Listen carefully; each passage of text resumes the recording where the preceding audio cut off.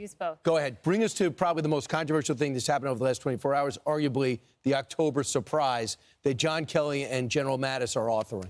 Yeah, so I heard this overnight. So this is The Atlantic. It's Jeffrey Goldberg. And here's the headlines from The Atlantic. Trump, I need the kind of generals that Hitler had. And you can see the subtitle there, the Republican nominees' preoccupation with dictators. And it goes on.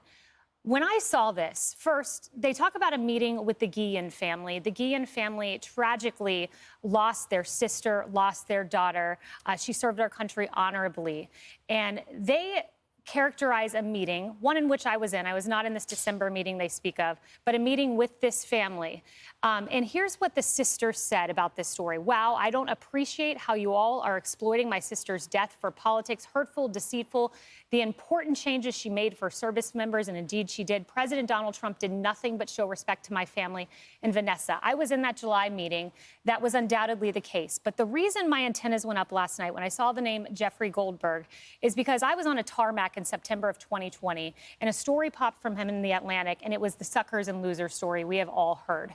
Within hours, I was able to collect more than a dozen individuals, several who were firsthand sources saying that never happened. Zach Fuentes, who was an aide of John Kelly, came out and said that never happened. We found contemporaneous documents disputing the reporter who said Trump did not go to the cemetery, not because of a bad weather call. John Bolton's book disputes that. We found a contemporaneous document to dispute that.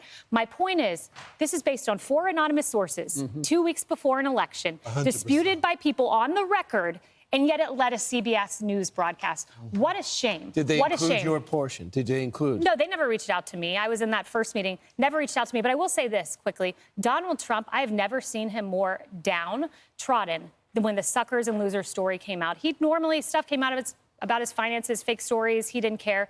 He was devastated by that story. I remember him saying, what kind of monster would ever say words like that? This is shameful reporting from The Atlantic, in my opinion. Well, to the former president's point as well, he said, when asked about this, he goes, just think about this logically. He goes, I'm in a cemetery surrounded by generals. He goes, why would I say? He said one of them would deck me in the face over something like this. He goes, why would I say something? It just logically does not make sense to say that comment in the cemetery surrounded by generals. Absolutely. The opinion on this, I saw this coming. You know, I've said this for about a year. Yeah, you did call this. So I read H.R. McMaster's book. I thought that was going to be it. I find him unbelievably insightful and smart.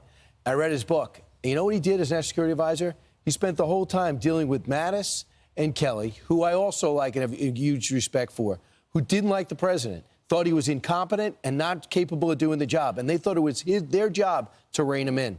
McMaster said, even though he's a 3-star, telling 4 stars, and said, we're civilians now, that's not your job. Your job is not to rein in the president. Your job is to give him the best advice possible and do what he said. Play this out.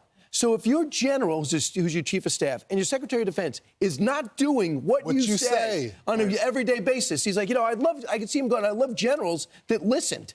That would be great. Right. And he's also from a world where his company is huge, but it's a family company. So when he asks Eric or somebody to do something, they do it.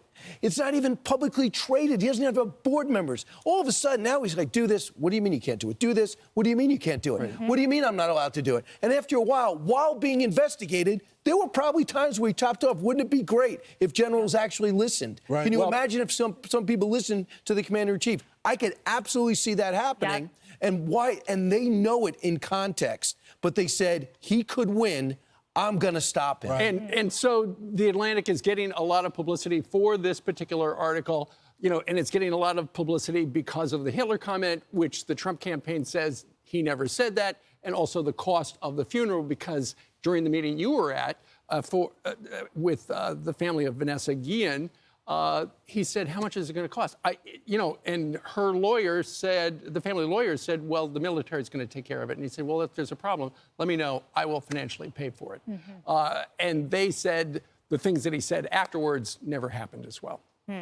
I'm Steve Ducey. I'm Brian Kilmeade. And I'm Ainsley Earhart. And click here to subscribe to the Fox News YouTube page to catch our hottest interviews and most compelling analysis.